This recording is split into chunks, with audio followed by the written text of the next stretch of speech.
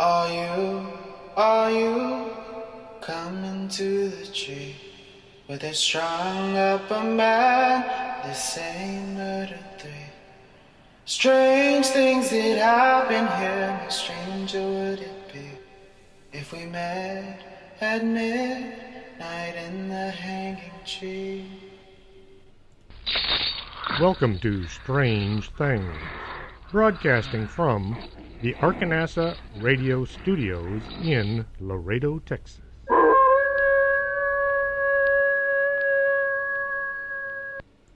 And welcome to the show. I'm your host, Chris James. I just installed a new timer on my computer because the red hot timer that I've been using since I started this show back in 2016 decided that being free was no longer free. They wanted me to pay money for it, so I picked up a new timer instead.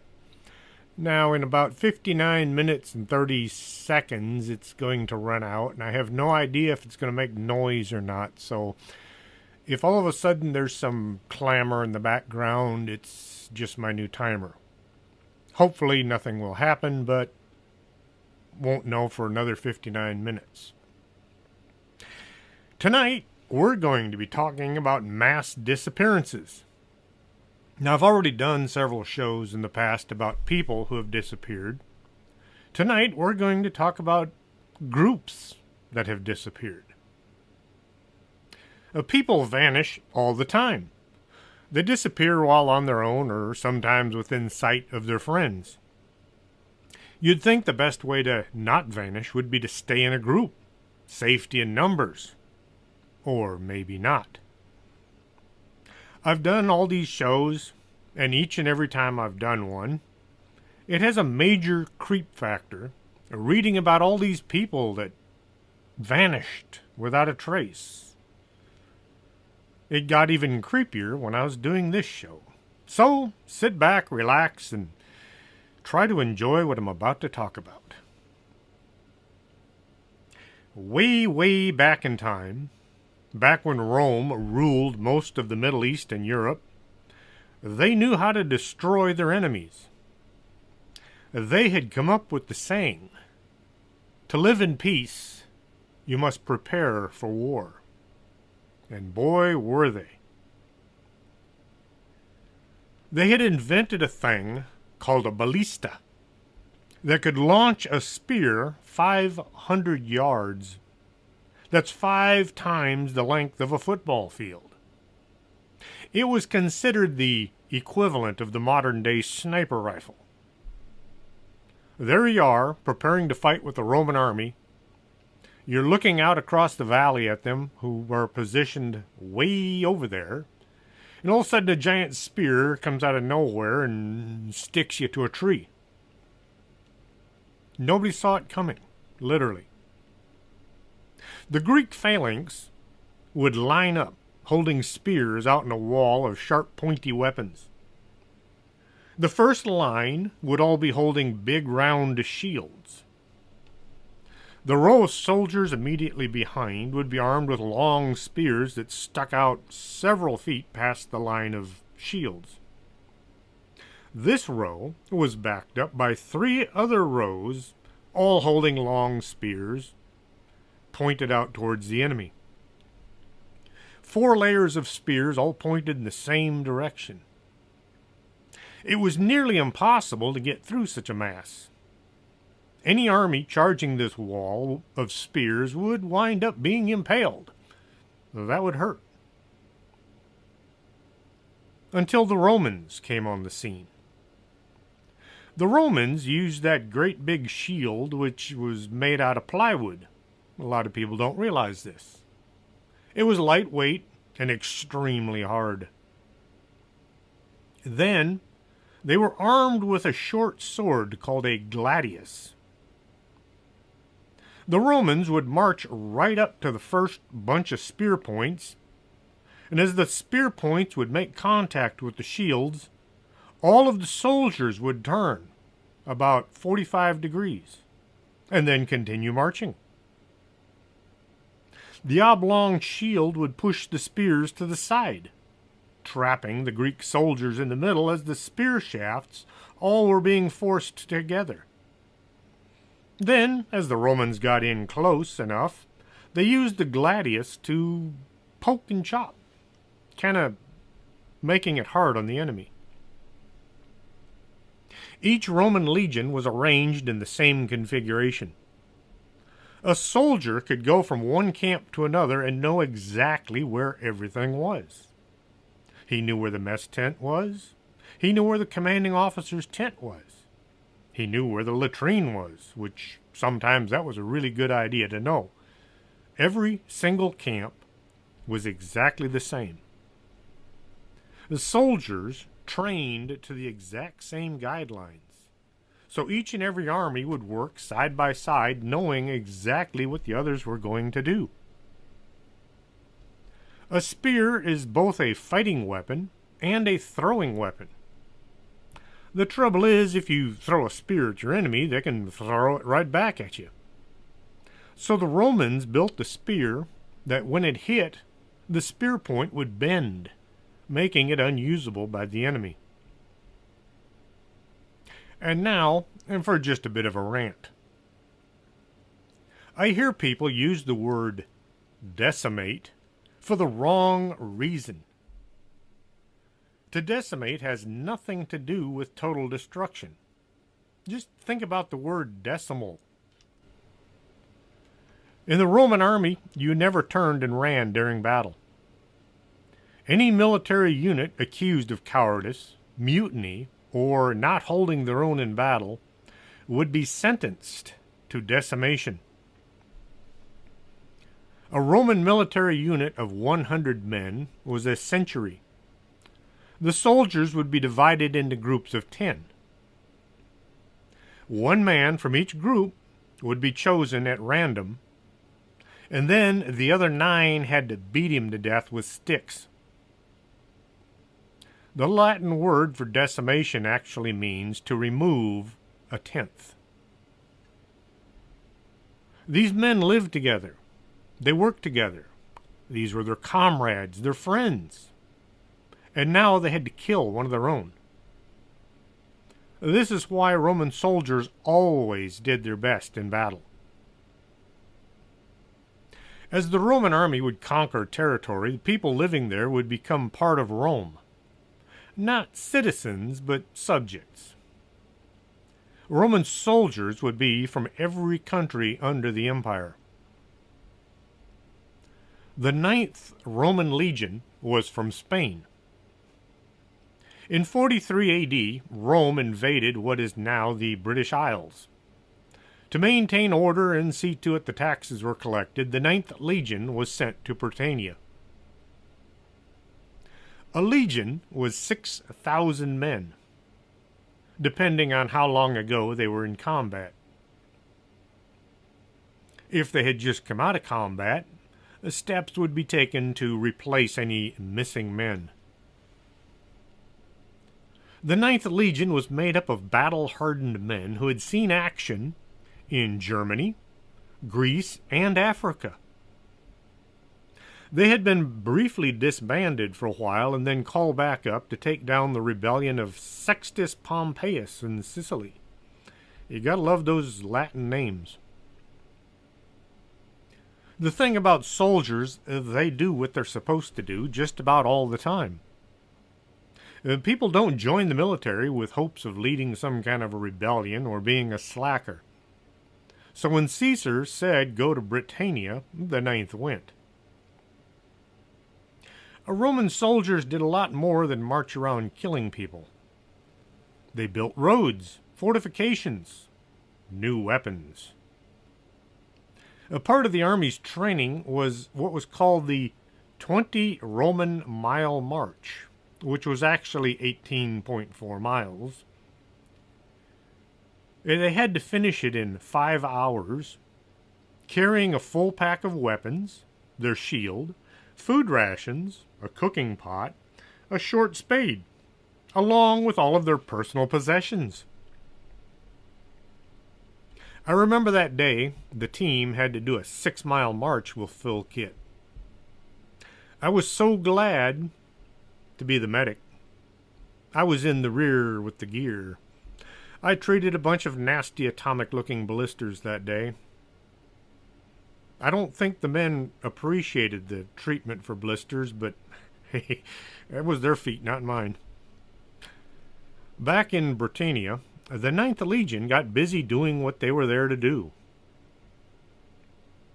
In 50 A.D., the Ninth was one of two legions that defeated the forces of Caratacus at Caradoc.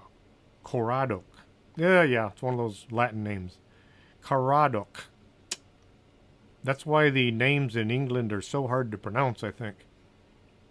That same year, the Legion constructed a fort, Lindum Colonia, at Lincoln.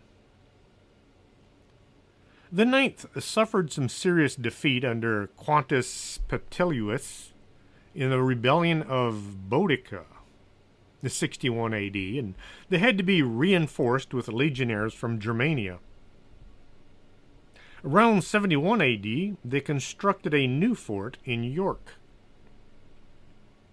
Well, the Emperor Hadrian wanted the lands to the north of Britannia, so in 110 AD, he sent the Ninth up north to pound the locals into submission. Something like 6,000 men, all their equipment, and the camp followers all passed north. Probably about a total of 8,000 people in all. The Roman army had done away with camp followers to make the military more self-sufficient, but there were always folks who were needed to sew or clean or stop the bleeding and fix things. There's no record of what happened to them after that. 6,000 men is a lot of bodies to just make vanish, along with all of their equipment. There should be some record somewhere saying what became of the Ninth, but there's nothing. Shortly after the Ninth disappeared into what is now known as Scotland, Emperor Hadrian had the Roman army build a wall across the island to keep those crazy people away from the folks living in the south. What happened to the Ninth Roman Legion that not only wiped them out, but scared the emperor into not wanting to head north ever again? The Celtic tribes living in the area weren't organized. They fought each other just as much as they fought the Romans. How could a bunch of disorganized tribes defeat a legion of Roman soldiers, and what happened to the bodies and the equipment? It's almost like the ground opened up and swallowed 6,000 men. Did you see the movie Gallipoli? Good movie. It was about the British trying to capture and hold the Dardanelles Straits. This would have given the Brits access to the Black Sea, and they could have attacked the German lines from the rear. The Turks had sided with the Germans, and they had dug in on both sides of the straits. A military unit called up by King Edward VII was named the 5th Battalion Norfolk Regiment. They were also called the Sandringhams, and they were more commonly known as the Norfolks. They were put together from men who worked for the king on his Sandringham estate. These recruits were all the king's staff. They lived in the same town, and they had all grown up together. Nearly every man over the age of 17 and under 50 joined, and they trained together. When duty called, they went off to fight together. The Norfolks were transported from England to the Mediterranean. They arrived at the British front lines on August 10th, 1915. Now, keep in mind, England is a cool climate. These men were now in the Middle East, where it was hot and dry. The Norfolk Regiment was made up of 16 officers and 250 men, led by Sir Horace Proctor Beauchamp. Many of the men were suffering from seasickness. Some had come down with dysentery. Dysentery is kind of like a really, really bad case of food poisoning. You can't eat, you can't drink, and you have number 3. Well, within 2 days, while many of the men were still suffering from the long sea journey, before they had acclimatized to the conditions, they were sent into battle. The maps used by the British High Command were way off. No one really knew the area or how well dug in the Turks were.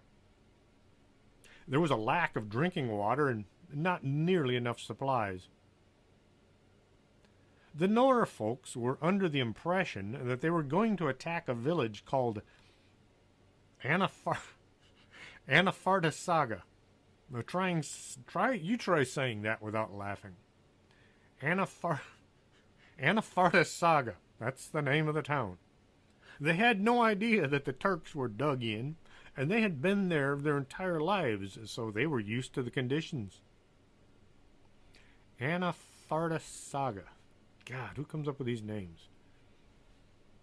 The men instantly made a mistake when they separated from the rest of the 163rd Brigade, and then they began running in the wrong direction. At some point in the attack, they must have realized their mistake.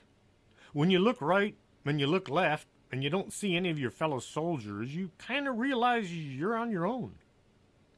Well, for whatever reason, the men continued to advance towards Kavak Tepe without reinforcements or supplies. They were met with a rain of machine gun fire and numerous snipers. Somehow, Colonel Beaucamp and the Norfolk Regiment managed to push the Turks back into a forest.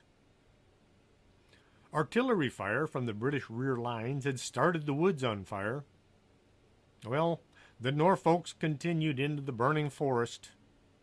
That was the last anyone ever saw of them. By the end of the day, the British High Command gathered the reports and looked at what was left of their troops. They soon realized the Norfolk Regiment was missing. Everyone agreed that the Turkish army must have overrun the unit and captured what was left of the survivors. The war went on, and eventually Britain pulled out of Gallipoli. 213,980 troops all died. These men were made up from India, Australia, England, New Zealand, and France. They were all killed trying to push the Turks out of their positions. At the end of the war, the British began looking for any records of what had happened to the Norfolk Regiment. The Turkish army handed over all their records, but there was no mention of any of the men being killed, captured, or ever even encountered. There were some odd stories being passed around by the Turkish soldiers. They said a group of British soldiers had run into the forest and encountered some kind of a mysterious fog. When the fog had gone away, the soldiers were all gone. Of course, the British High Command didn't believe this, but years later, 1965, a sailor from New Zealand, Frederick Reichard, issued a statement on what he had seen from ship. He said he'd witnessed the strange disappearance of the 5th Norfolk in 1915.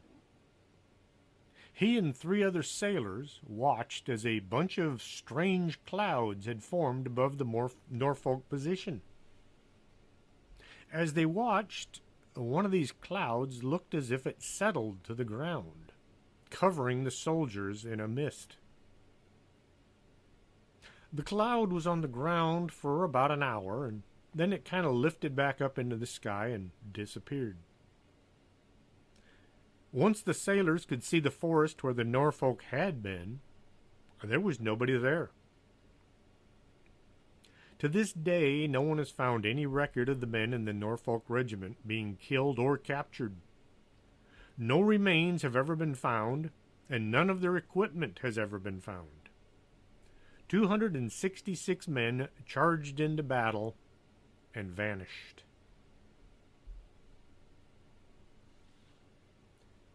In 1922, the folks living in Ouro Verde were living their lives like anyone living in Brazil. It was a town of about 600 people. They had their own church, schoolhouse, and marketplace. Well, in 1823, everything changed. A visitor to the village discovered the people were all gone.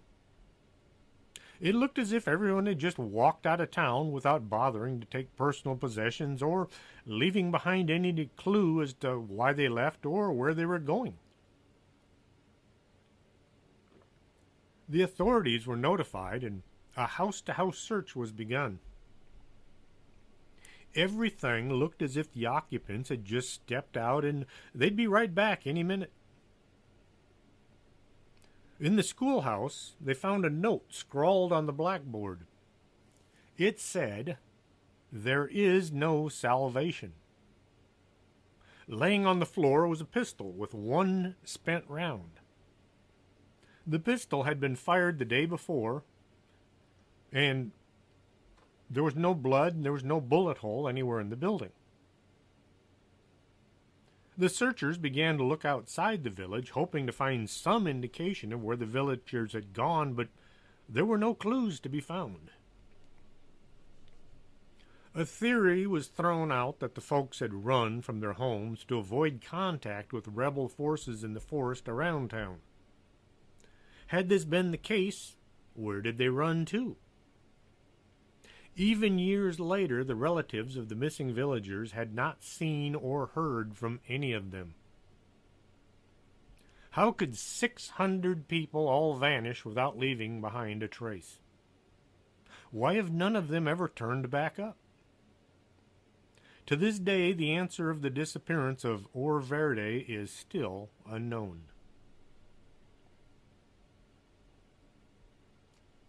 It's unknown when Herkimer, Iowa was established. It was a standard small town that attracted no real attention previous to the 1929 article published in the Clarion Sun-Telegraph newspaper of Davenport, Iowa.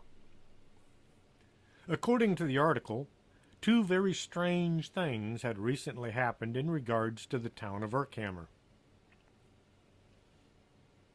Sometime in 1929, a traveler entered town on his way to some other place. He drove along the streets and he became uneasy when he noticed there was nobody around. The traveler stopped at a store and looked around to see if anyone was there, but soon came to the conclusion that town had been abandoned. A photograph showed up, taken from an airplane passing overhead. It showed the town was in a state of disrepair. Fields were becoming overgrown and streets were filling with debris. The buildings looked in need of repair. Well, the Great Depression had just been kicked off and the world had other things to look into other than a state of disrepair of some small town in Iowa.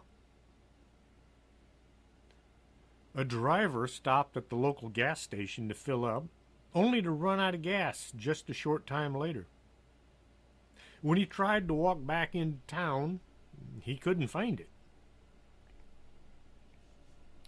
Some folks driving on Route 41 said they had seen people in town. It looked as if the town was doing all right, but anyone driving into town was shocked to find it falling down and abandoned. Well, as people began to travel across the country looking for work, caravans would form as people banded together for support. Some of these folks were called Okies because a lot of them were from Oklahoma. One caravan stopped just outside Herkimer to spend the night.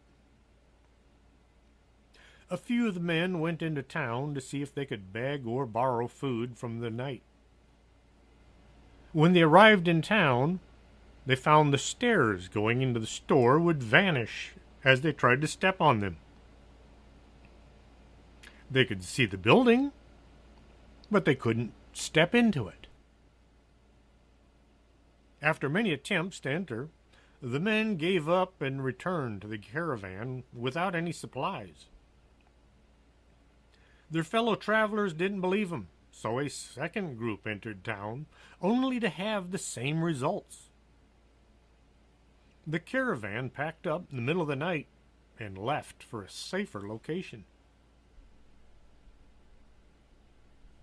After the Great Depression was finally resolved, the mystery of Urkhammer was still being passed around. Folks attempting to go have a look for themselves found the town was no longer there. Some folks have come out claiming the story was all made up, just like the crash at Roswell or the Laredo incident.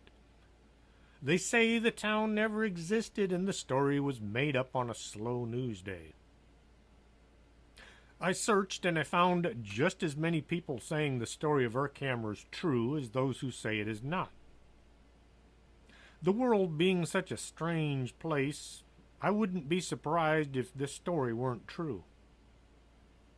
People who fear mysteries will go to great lengths to make them go away.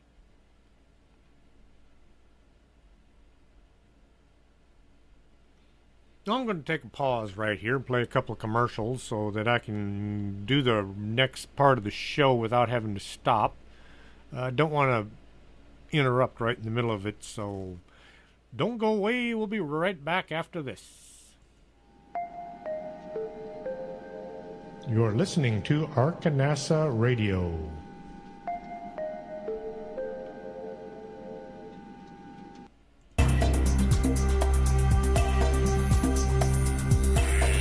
Did you hear a bump in the night and you think it just might be a ghost? Contact the Laredo Paranormal Research Society at laredoparanormal@hotmail.com. That's the LPRS for all your otherworldly needs.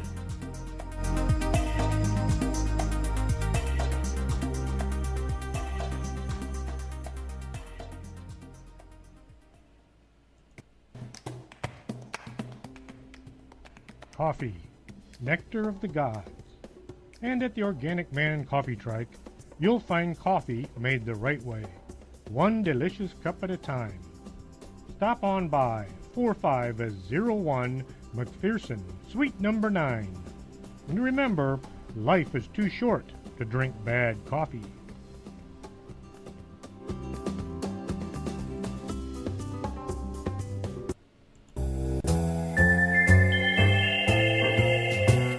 If you need to squint and hold things out at arm's length to see them, maybe you should get your eyes checked. Del Norte Optical, 107 Calle del Norte, is right across from the Embassy Suites. Stop squinting and start seeing.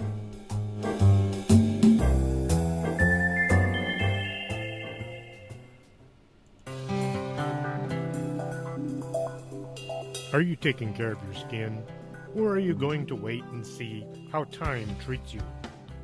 Take care today by contacting Lourdes James, Independent Beauty Consultant, at 956-723-3019.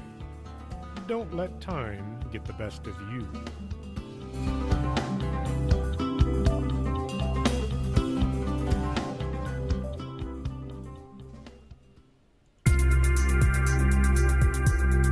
This is Arkanasa Radio you've been listening to.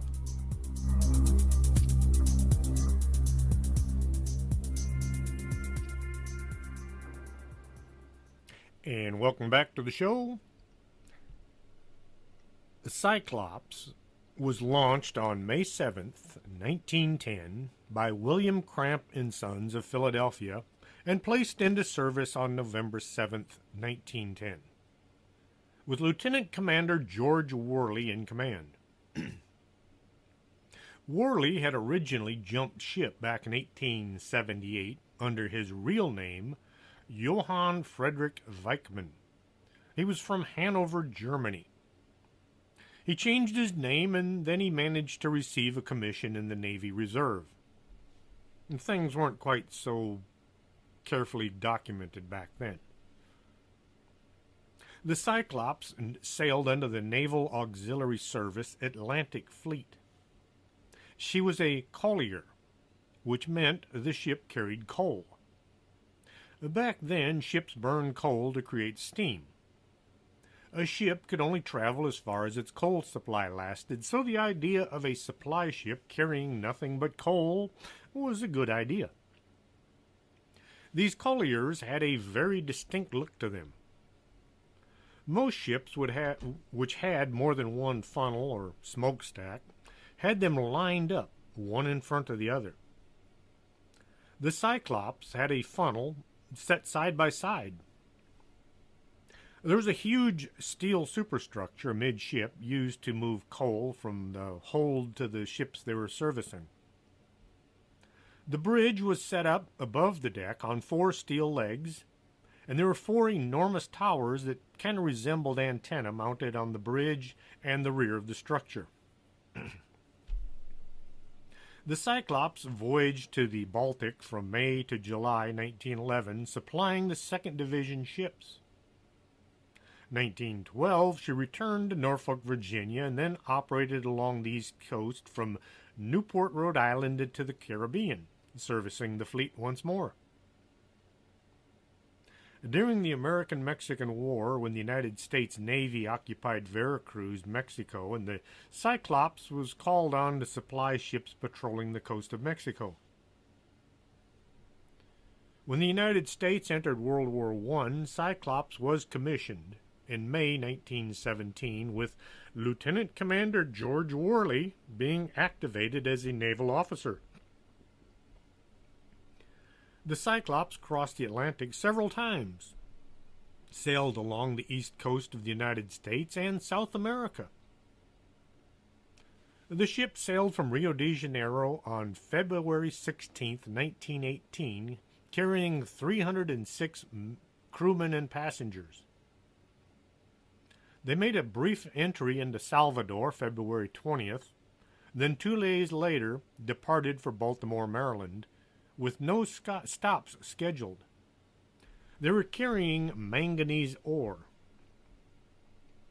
Before leaving port, Commander Worley had submitted a report that starboard engine had a cracked cylinder and was not operative.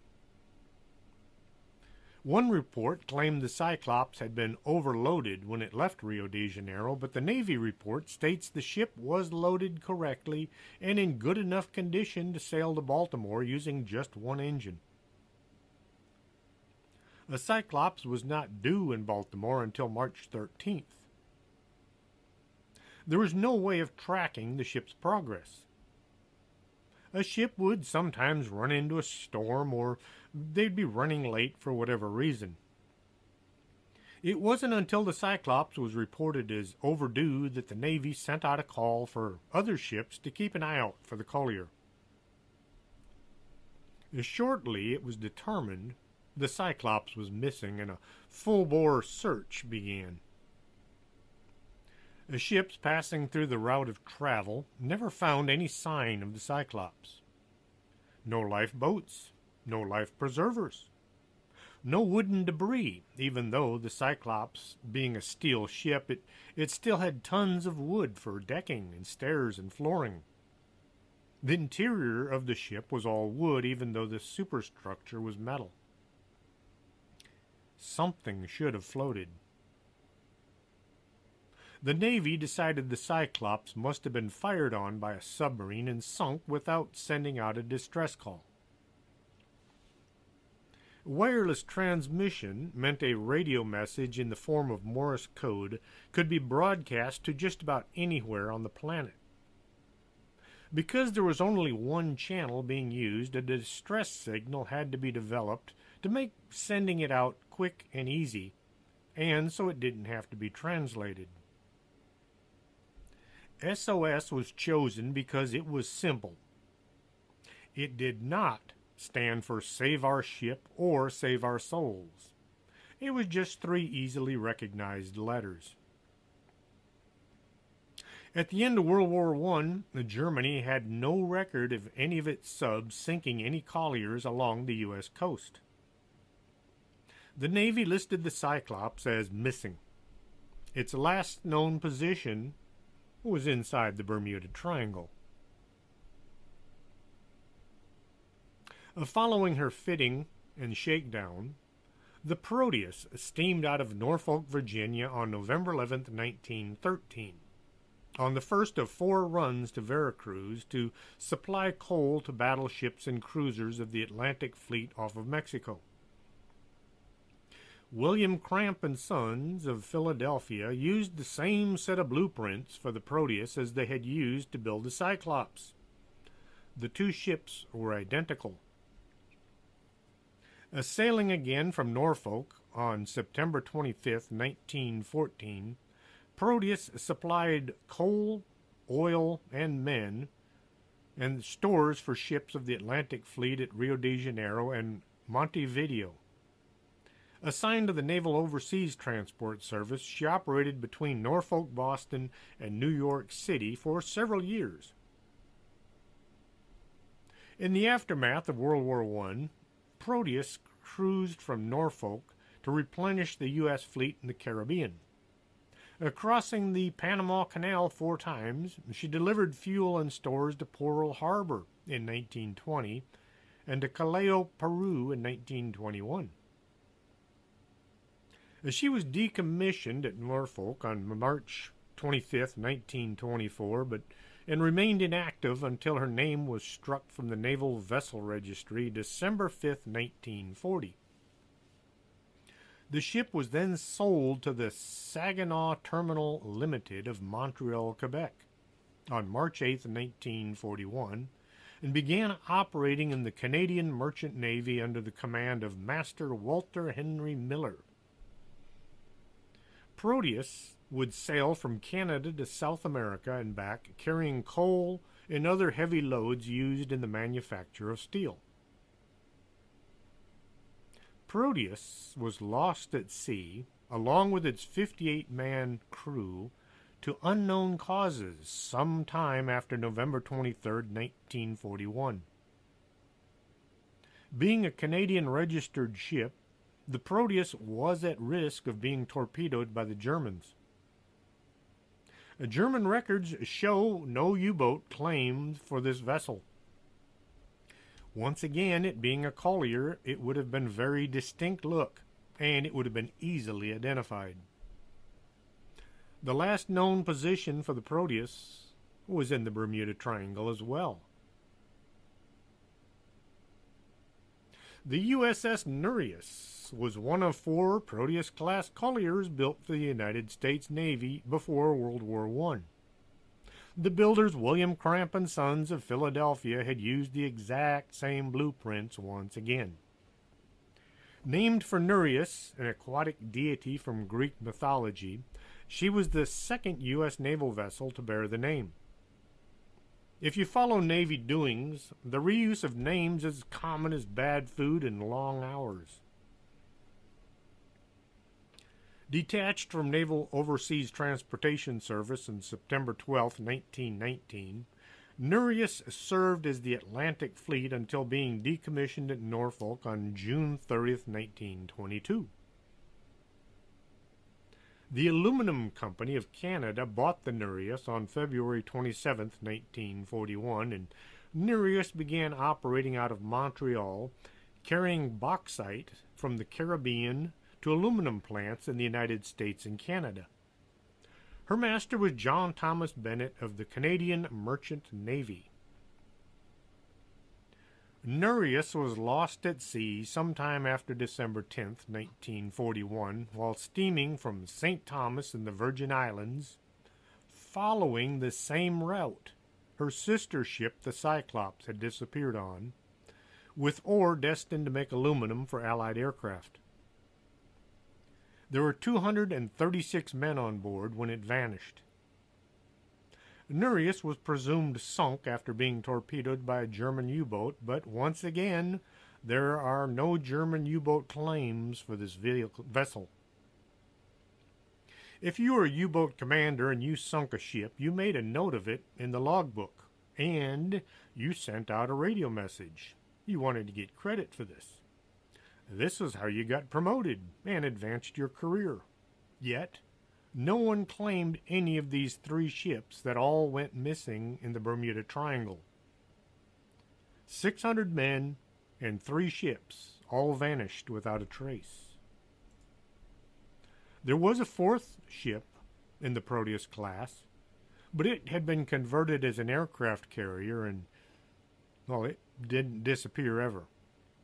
It wasn't the shape of the ship, it was the location.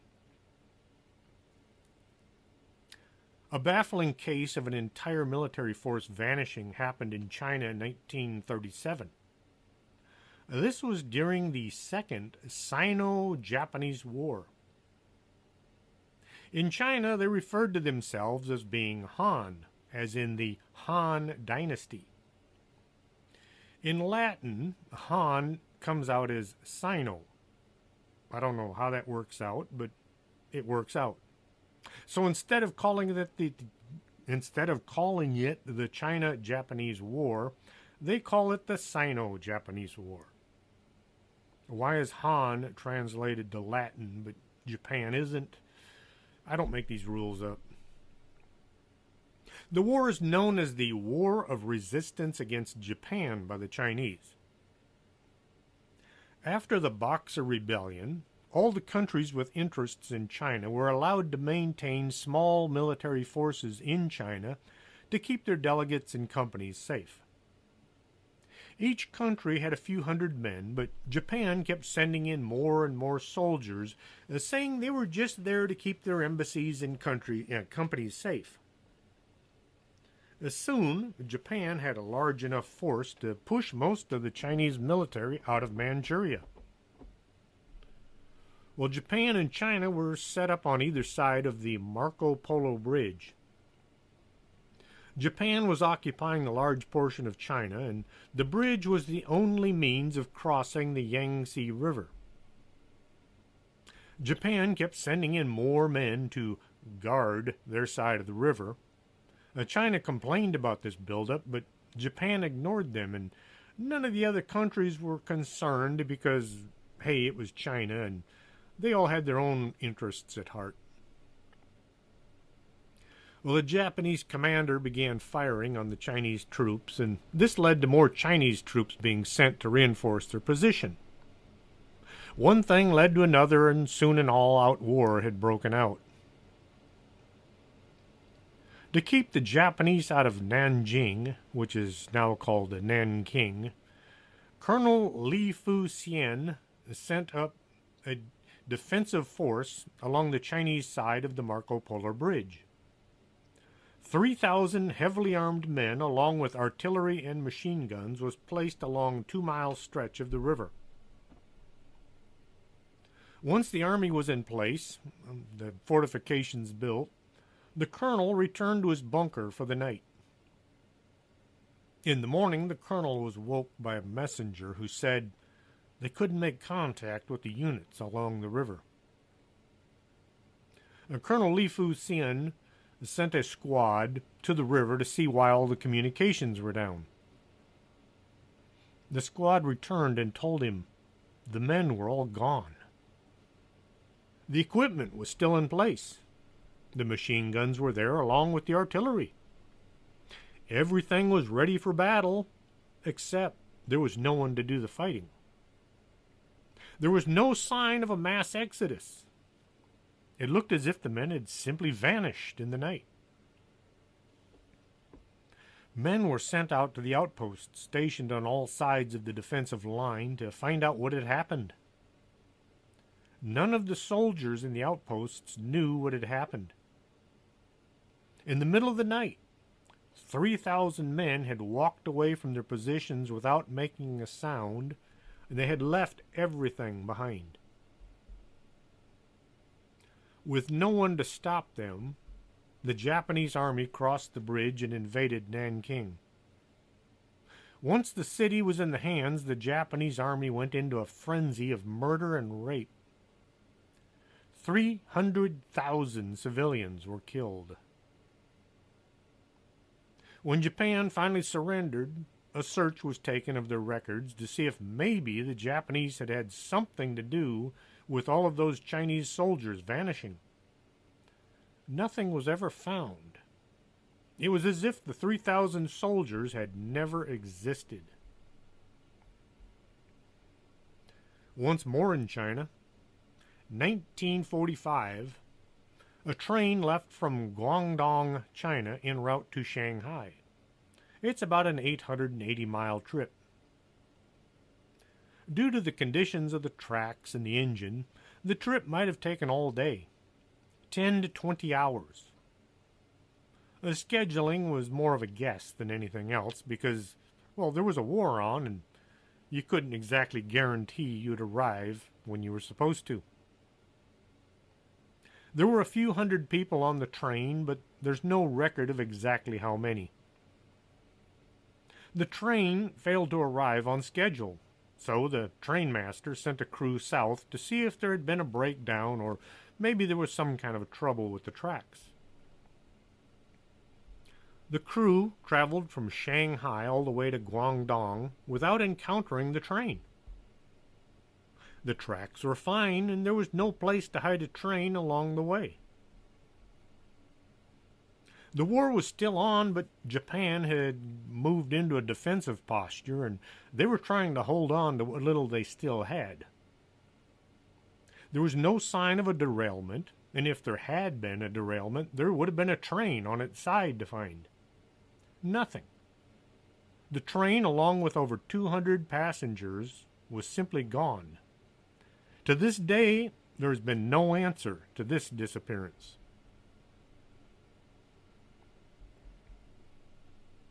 I used to have the Encyclopedia of World War II. It told the war from the United States and the British side, as well as from the German and Japanese side of the things. It was filled with personal accounts from men who had been there, with lots of photographs.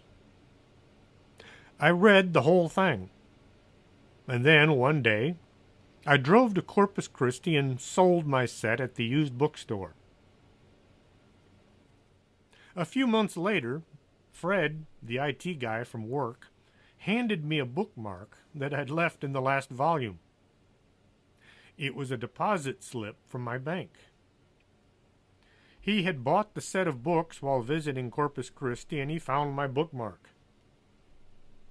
I asked him what he'd paid for the set, but I don't remember how much he said. I originally paid a lot more than I was able to sell them for, but, well, that's life. The Fallschirmjäger, which is German for men who fall from the sky. Well, how about it's raining men? Actually, it's the name for their paratroopers. They were used in World War II to take out forts all over the Mediterranean and cities.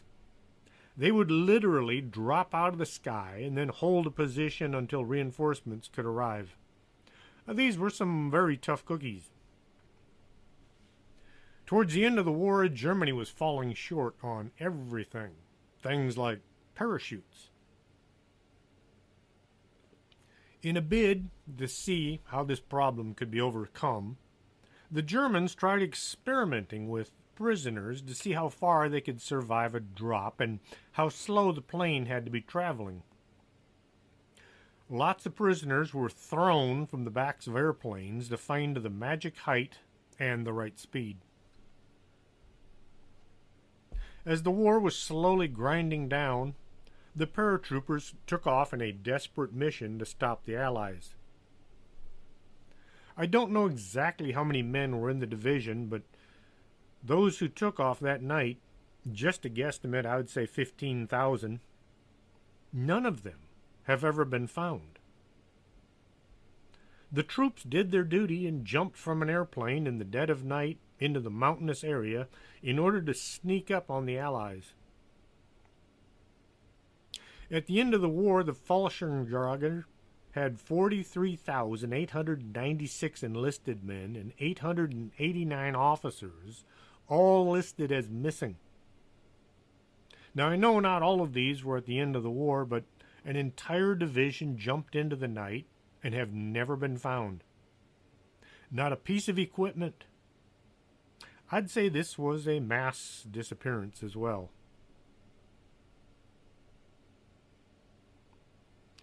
In the early morning darkness of October 24th, 1980, the SS Poet steamed down the Delaware River from the port of Philadelphia, carrying a cargo of corn and a crew of 34 men.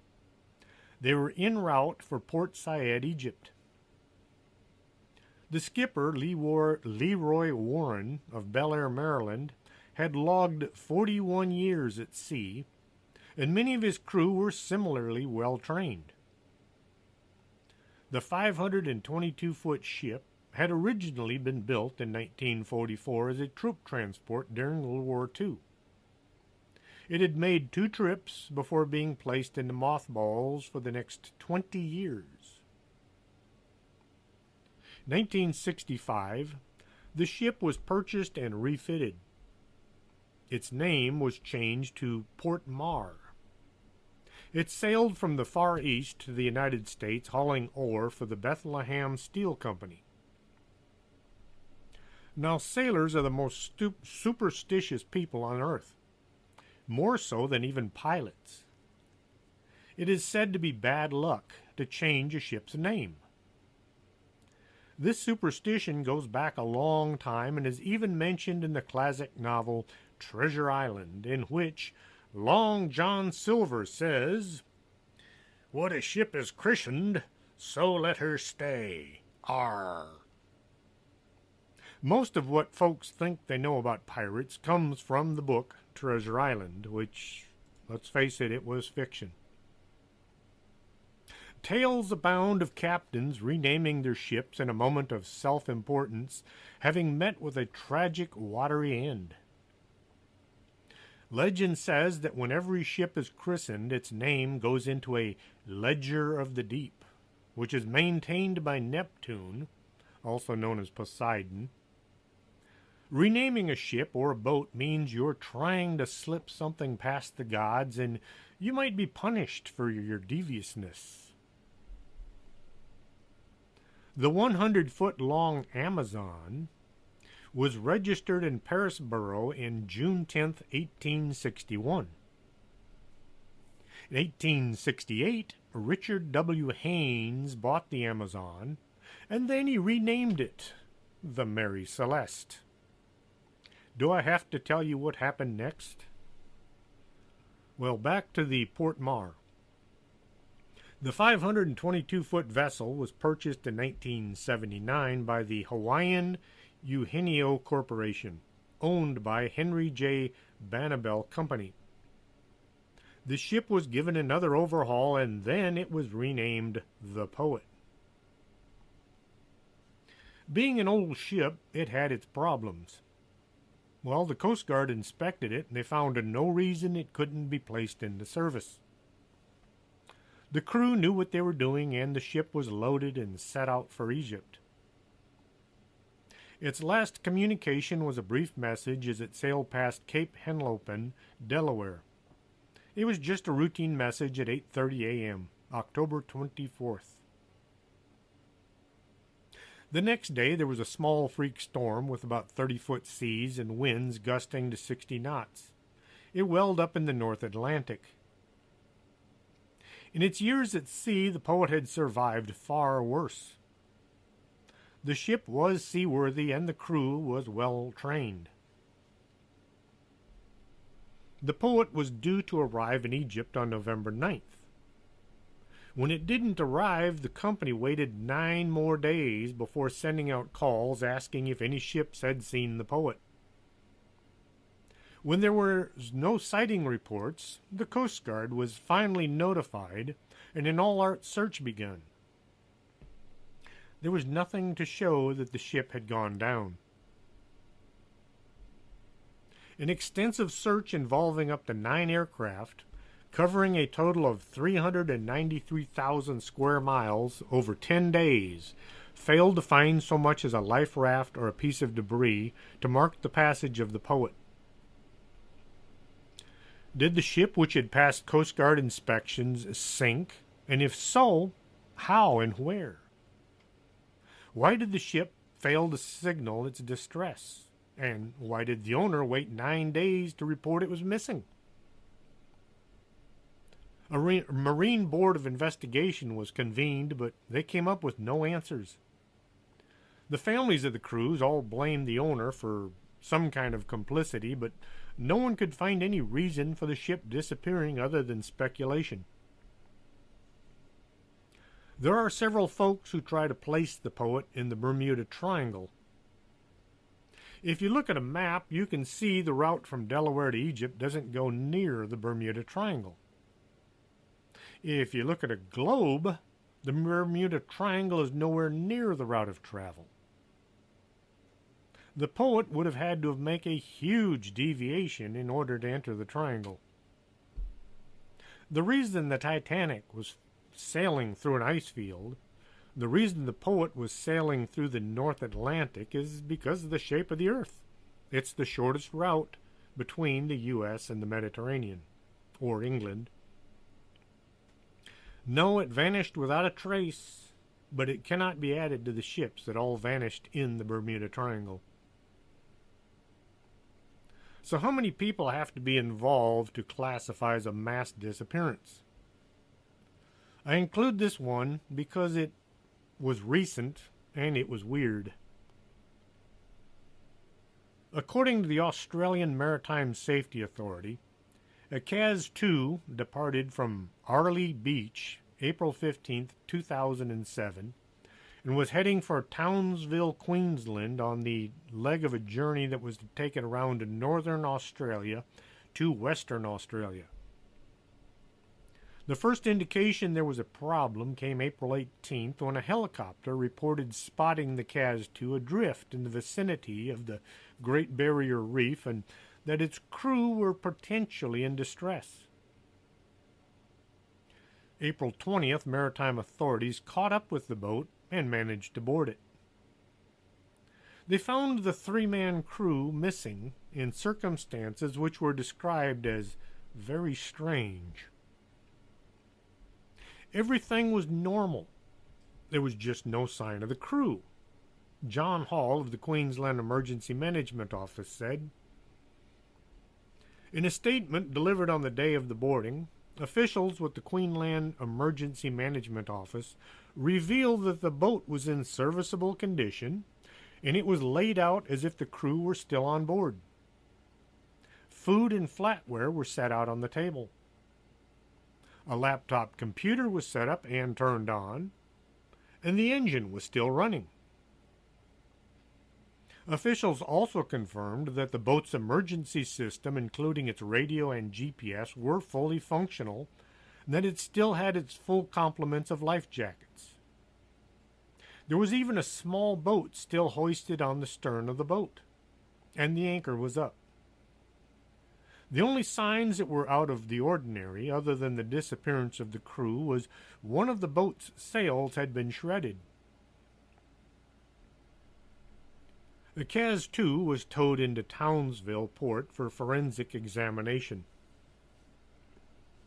On April 21st, Sergeants Bordell and Malloy of the Queensland Police searched the ship for signs of foul play or maybe third-party involvement, and they found no evidence of any kind of foul play. The cabin was neat and tidy apart from some magazines and a piece of newspaper and a wine cask which were laying on the floor. It was determined that these items ended up on the floor while the ship was being towed to shore. In the sink were a few butter knives, and on the bench of the galley a plastic sheath with fishing knives was found. They did not appear to have been used recently. Under Batten's bed, in a sealed container, the investigators found a pistol and some ammunition. After analyzing data about CAS 2's course from the ship's GPS system, police say that on the morning of its departure from Arley Beach, the ship was steered in northeast direction into an area where squalls and rough seas were building. On the same day, late in the afternoon, the GPS data shows it to be adrift. The investigators also recovered a video recording that showed footage taken by the crew during their trip, which reveals some clues as to the men's last day.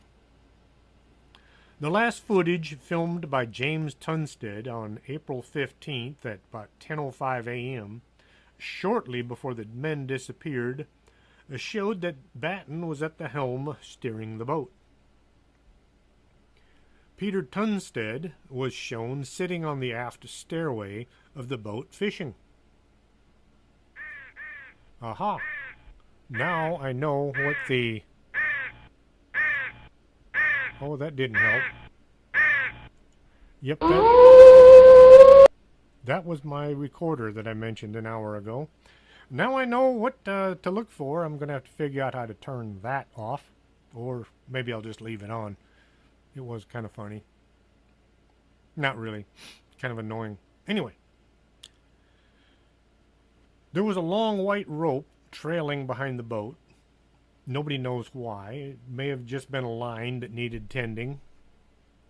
The engine is not running, and the boat is under sail in the recording. Now, fenders can be seen hanging from the safety rails on both sides of the boat. As far as I know, these fenders, those are those white plastic bumpers you see hanging off the sides of boats, are stowed as soon as the boat gets underway. They're only put out when the boat is coming close to something like a dock or another boat. If the Kaz 2 was closing on another boat, why didn't the cameraman film it? The camera is panned to 360 degrees and shows islands and surroundings. This helped the investigators pinpoint the exact location of the boat at the time. The sea is a little choppy, and none of the men are wearing life jackets. Tunstead's shirt and glasses are not in the place where they were found later. Jennifer Batten told investigators that her husband, Derek, was an experienced and a very careful yachtsman. He'd been around boats for 25 years, and he was actually aware of the need for safety. He had earned his recreational skipper's ticket, and he was qualified in maritime radio. Graham Douglas had been the previous owner of the Kaz 2. He sold the boat to Batten. He stated the boat was in good condition when it was sold and that he had met the men on the night before they set sail. He helped them plan part of their route and was surprised to see that, according to the police, the men had deviated from the planned route that was programmed into the onboard GPS system. After looking into the disappearance of the three men, the authorities came to the conclusion that one of the men fell overboard. A second crewman somehow fell over trying to help the first guy. So the third man jumped or fell overboard to help the first two. This sounds more like the plot to a sitcom than to an actual event. The three men simply vanished without a trace. Why was the sail up and the engine was running? Why were the bumpers out? And what happened to these three men? Well, I hope you enjoyed tonight's show. It gave me the creeps doing the research for it. The archives are all on YouTube. Someday I need to get them into some kind of an order, but right now you just have to scroll along the page and look for whatever it is you want to listen to. There's still about 130 shows to be listened to on Podomatic and Stitcher and iTunes and all the normal places. Till next Saturday, this is Chris James. Are you coming to the tree where they strung up a man, the same murder three? Strange things that happen here, how stranger would it be if we met at midnight in the hanging tree?